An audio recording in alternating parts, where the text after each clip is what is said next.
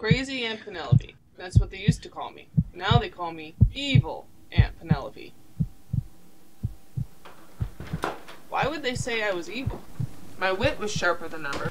My senses were sharper still. My hearing, above the rest, was the clearest of all my senses. So how, then, can I be evil with such sharp wit and acute sense?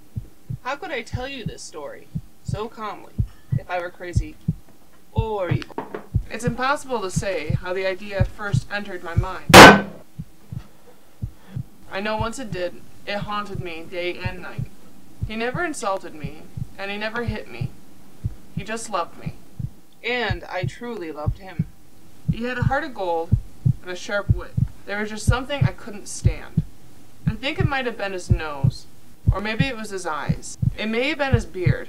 His beard, his eyes, and his nose. Yes, it was his face. More so when he smiled, which he did all the time. Wake up and smile. Go to work and smile. Come home and smile. He was always smiling. Whenever he smiled, I got a chill up my spine. Over time, I gradually made up my mind. I had to take his life. It would be the only way to get rid of that cursed smile. You think I'm crazy, out of my mind. But you didn't see me. The care and caution I used to execute my plan. I was never nicer or more loving to my husband than during the week before I killed him. Every night around midnight, I covered his feet with a blanket and made sure he was sleeping peacefully,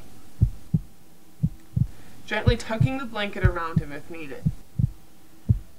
Would a crazy person have taken such pains to make him this comfortable in his sleep?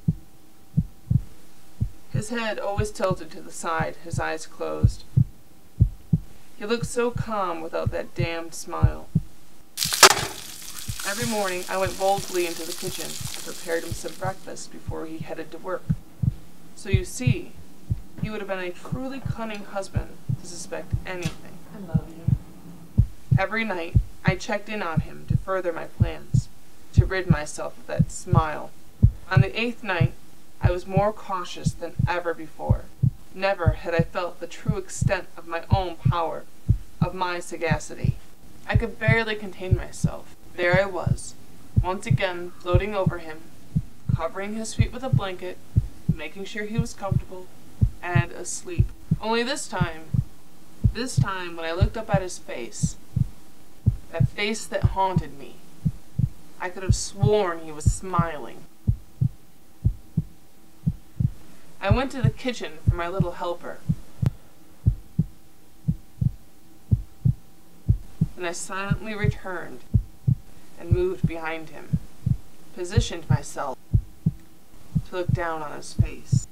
I almost laughed at the idea that he could be awake and smiling, just playing with me. In my head, I was about to rid myself of that smile. I heard his terror, his mortal terror, the deafening sound that comes from deep within your gut.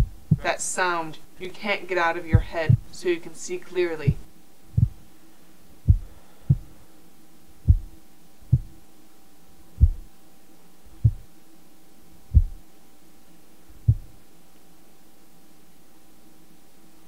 It was no longer smiling.